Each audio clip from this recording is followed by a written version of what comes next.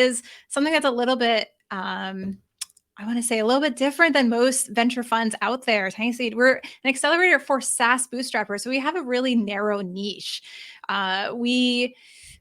When I say SaaS, I mean software as a service. So if you have like a web app that has recurring revenue or other kind of a recurring revenue, subscription revenue.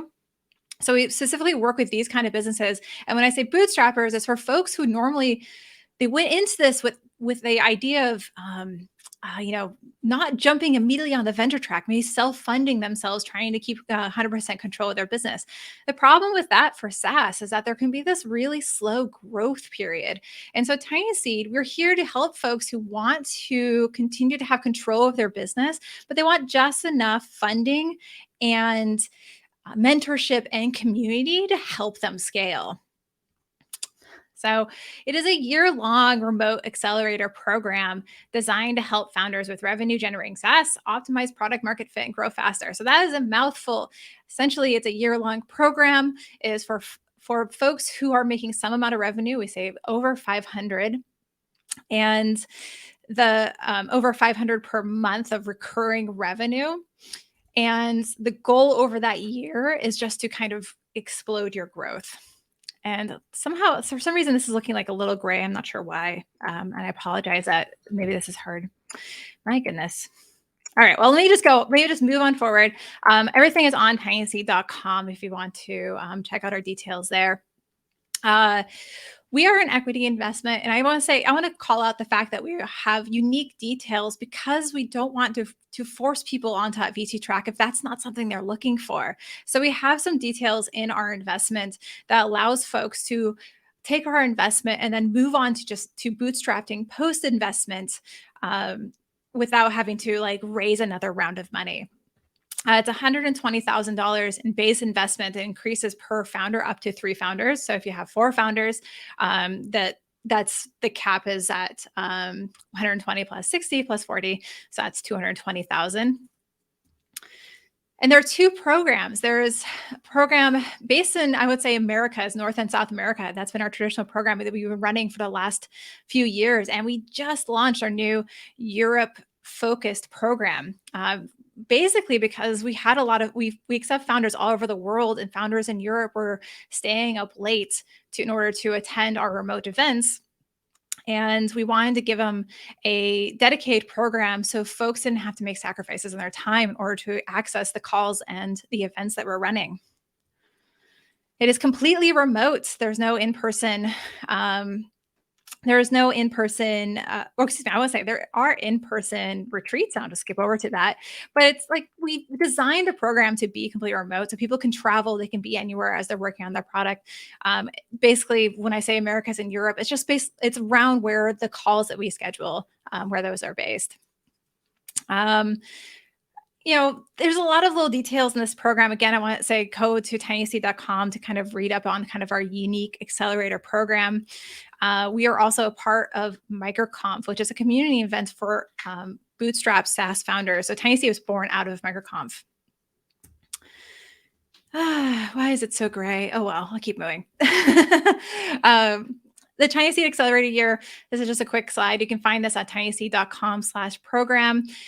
Essentially, it just kind of shows you the evolution of the program and the fact that, mentor access and being part of TinySeed lasts beyond this accelerator year.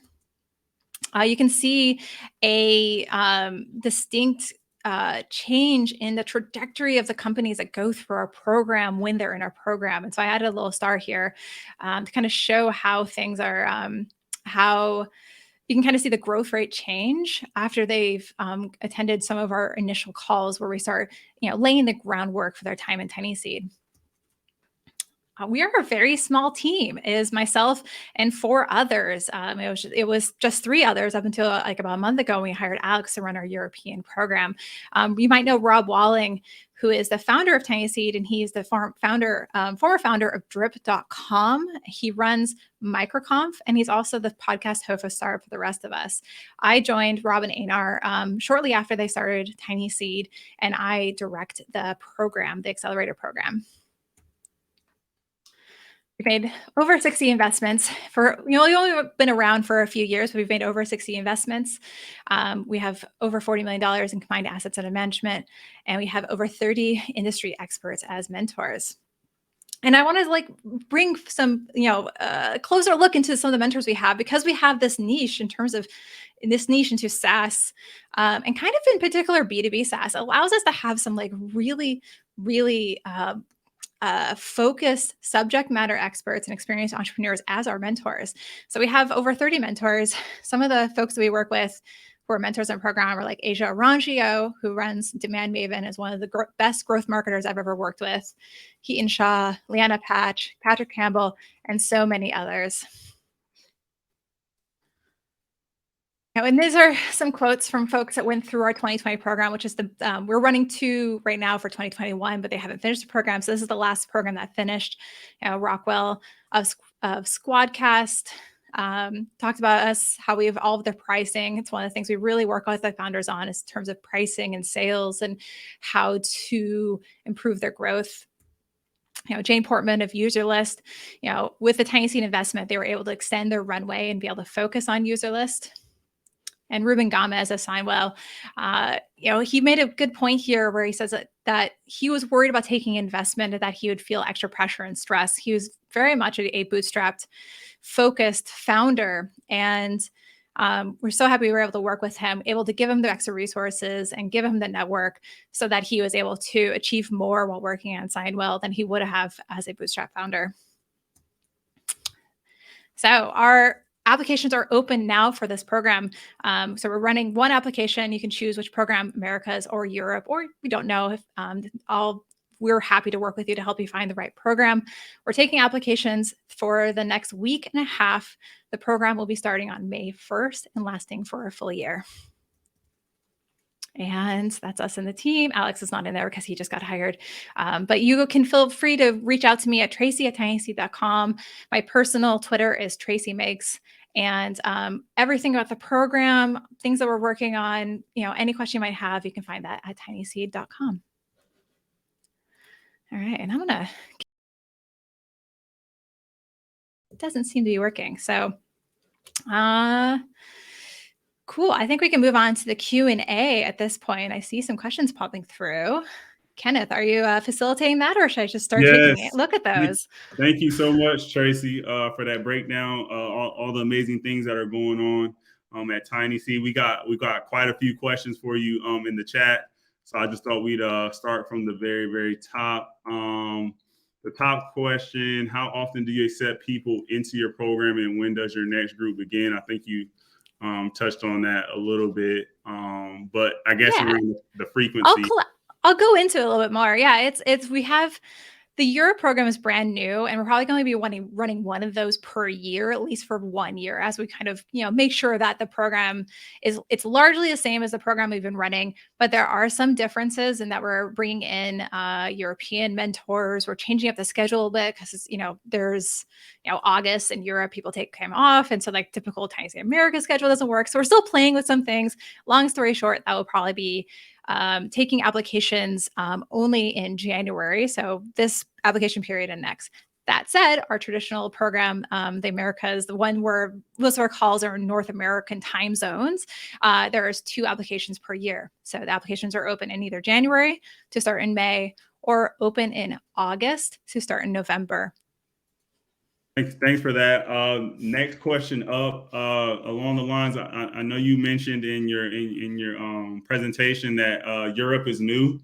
So somebody asked in the chat around, can a UK resident apply? Are there any restrictions around certain countries? Absolutely. Yeah. So with actually for both Europe and Americas, and in terms of residency or wherever you're physically located, you can be anywhere in the world. So I try to emphasize time zones because that's when things are scheduled. For example, in our Americas program, we have a company called that's Crafty Base that is in Melbourne, Australia. And they joined our program, and I had to warn them. I was like, "Hey, your calls are going to be at 6 a.m." And they're like, "That's fine." And I'm like, "Oh my gosh, bless you." So for people located in the UK, you can I want to say the biggest change difference in the program is where you're incorporated. And the Europe program is going to allow for UK corporations. We're still kind of figuring it out. But it should be UK corporations are one of our biggest applicants. And so we're probably definitely going to be working with UK corporations, Germany, I believe, and maybe some others. Whereas the other program requires incorporation in North or South America. So not just Delaware C Corp, it can be LLCs. We have a Chilean company that we're working with. There's just some weird legality in terms of the SAC and how we have a fund and what we can invest in. And TinySeed Europe invests in European-based, also Middle East and Africa countries. TinySeed US or Americas does North and South America. Thanks for that, Tracy. Next up, we have a question around you have a very unique perspective of the funding world, being both a startup founder and now working on the investor side. What is the best piece of advice that you can give a founder? I love this question. Yes. Okay. So when I was working on my startup, I worked on Wedding Lovely for almost 9 years. And the thing I didn't do, and I regretted not doing, was looking at my metrics. I didn't track. I just knew I had revenue coming in. I didn't track, people who are coming to our website and bouncing out. I didn't track folks who are paying for my service and how many, my churn and how many people quit my service after a few months. I knew my business was going up, but because I didn't have that data, I couldn't make informed decisions about where to spend my time. And that's one of the things that now I try to emphasize here at TinySeed. Now that I've seen the effect that, when you're tracking metrics like churn, like your revenue, like your recurring revenue, and what is your lifetime value of per customer, which helps inform what kind of paid advertising opportunities you can do. You can be more strategic and you can do more. And it's something I did not do in the 9 years of doing Wedding Lovely. And I wish I could go back and change that. I can't hear you. There we go. You mentioned knowing your number there, which I think is very key. And so the next question is around, hey, Tracy, would a pre-revenue startup with MVP created be a good fit for TinySeed? And that's from Kaden. That's a great question too. Our program is designed for folks who have some amount of product market fit and they're looking to scale. So, that's why our application says you need to be around $500 in recurring revenue and up. And it's simply because of the programming you have. So when you're working on your MVP and you don't have customers yet, the kind of problems that you're facing, the kind of things you need to do are different than the kind of problems that you face when you're scaling your company. And we kind of evolved all of our information and sessions and education around scaling.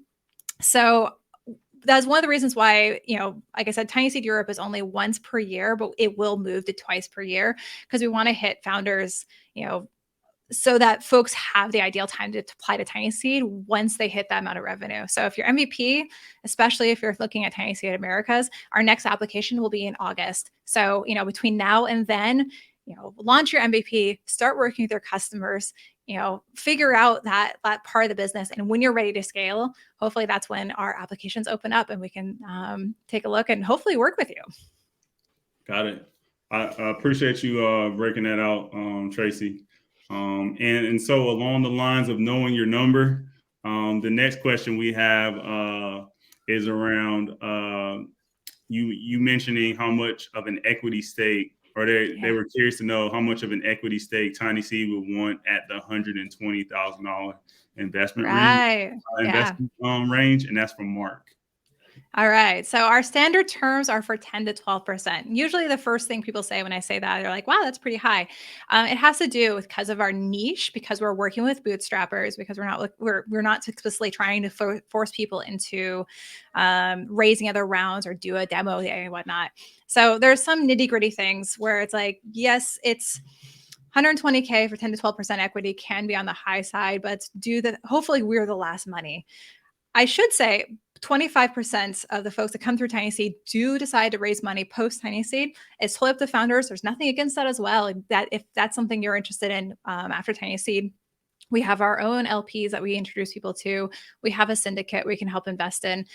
So I want to say it would totally fine if you want to raise money post TinySeed, but 75% of folks decide to continue bootstrapping their business post TinySeed, or at least, self-funding, or just just taking our money and nothing else. And that's kind of the nutshell about why those terms are like they are. If you go to tinyseed.com/program and you scroll down to the FAQ, it does go into a little bit more in details in terms of that investment amounts and the kind of the why behind it. Got it. Somebody asked a question. We got a lot of questions here around numbers, Tracy. Yeah, I love numbers. This is from Tyria. The $500K revenue that is required, is that quarterly, monthly, yearly? Thanks for taking the time out of your day to provide. That is monthly. So if you have annual contracts, or if you have quarterly contracts, feel free to break it up into what it would be monthly for the application. It just helps us kind of like at a glance see how people are, like where people are if you break it up. Any number in our application, if doesn't have to be exact. The way the application process goes is, application is submitted. If you're a good fit for TinySeed, you'll definitely go through a call with myself and call with other people in the team. And then we kind of like talk about this number and dig into things. So we ask for metrics in our application, like lifetime value, like churn, those kind of things. And you can feel free to give us a really good informed guess for those things, and we'll work with you. Don't worry about it being completely exact. So for MRR, for monthly recurring revenue, if you have annual contracts, just divide it by 12. And that will give us a good idea about where you are in the growth of your company. Got it. Next up, from Brenton. Do you all take fund-to-fund investments? Ooh, I don't know what a fund-to-fund investment is. I'm assuming that it means like as a fund investing in our fund, but I am not sure what that means. So can't answer confidently. Got it. So Brenton, if you could just provide a little bit more clarity around what you mean, we'll definitely get it in the queue as well. We got another one from Nancy.